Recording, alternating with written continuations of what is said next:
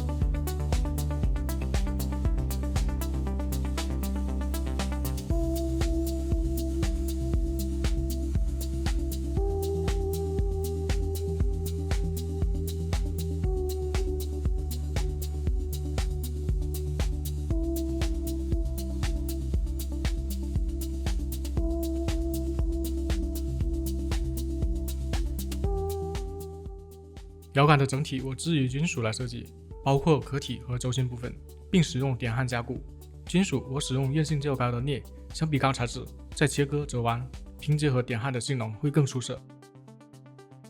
对于1:3.65这个比例和前面提到对体积影响比较大的 USB-C 接口，我在进行手柄缩小时，发现顶部的区域没有足够的空间放置， USB-C 只能移到底部，位置刚好处于下壳分件的边缘。接口的开孔和边缘有部分很细的桥接，我必须保证桥接部分 3D 打印的 PLA 强度，避免装配时因强度不够导致变形或断裂，还要考虑内部器件堆叠的影响。在避开右摇杆和 PCB 板面位置， USB-C 仅能偏左方式，这时配合比例缩小，接口开孔里边约 0.6 毫米，纵线深度约 1.3 毫米。对于 PLA 强度，我觉得应该可以满足。以后经过细微调整，最终得出1:3.65这个精确的比例。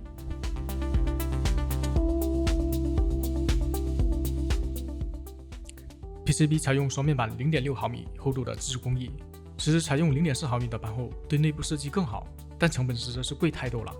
电阻电容我尽量采用0402规格，在空间有限的区域才使用0201器件，这样能降低焊接时的难度。摇杆和扳机的 IC 都放置在副板， IC 我只考虑使用 TMR， 相比霍尔有着更灵敏、更省电的特性，对于只有30毫安时的电池容量来说是最佳选择。期间我搜寻了很久，始终找不到合适封装的 IC， 联世上可能是唯一拥有合适 TMR IC 的公司，但是并不对个人开放购买至获取样品的渠道，只有公司企业才能拿到样品。霍尔和 TMR 这 PCB 线路布局、封装和电气要求上可以通用，后续进行物料切换不需要做太大改动，所以我只能先使用霍尔进行设计和性能验证。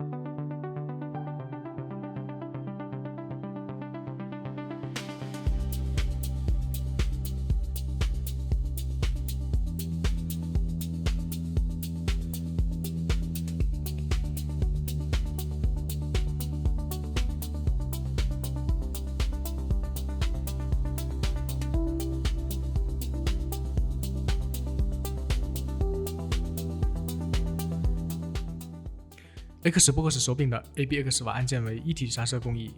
要实现类似的效果，我尝试直接 3D 打印出制作和制服，细节处理后再放进模具进行最后的数字翻模，最终出来的制服效果并不好，颜色很淡。我分析了下原因，由于购买的耗材本身有一定的透明度，加上打印的制服比较小，透明度增加，在叠加黑色制作后，制服色彩受影响更严重。要想解决这个问题，就需要更换合适的材质。如果继续选择 3D 打印，要综合考虑耗材的颜色和透光率问题，会浪费很多验证的时间和成本。最终，我看上了我儿子那对颜色鲜艳的积木。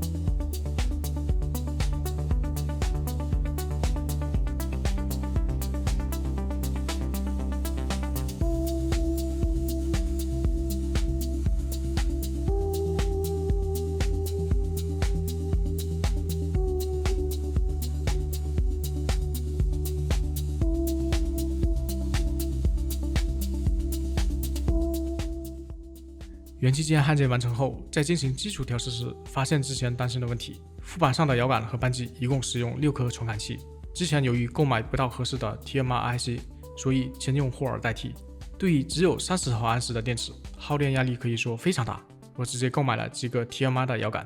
拆卸并获取内部的 IC。这应该是之前就可以考虑到的。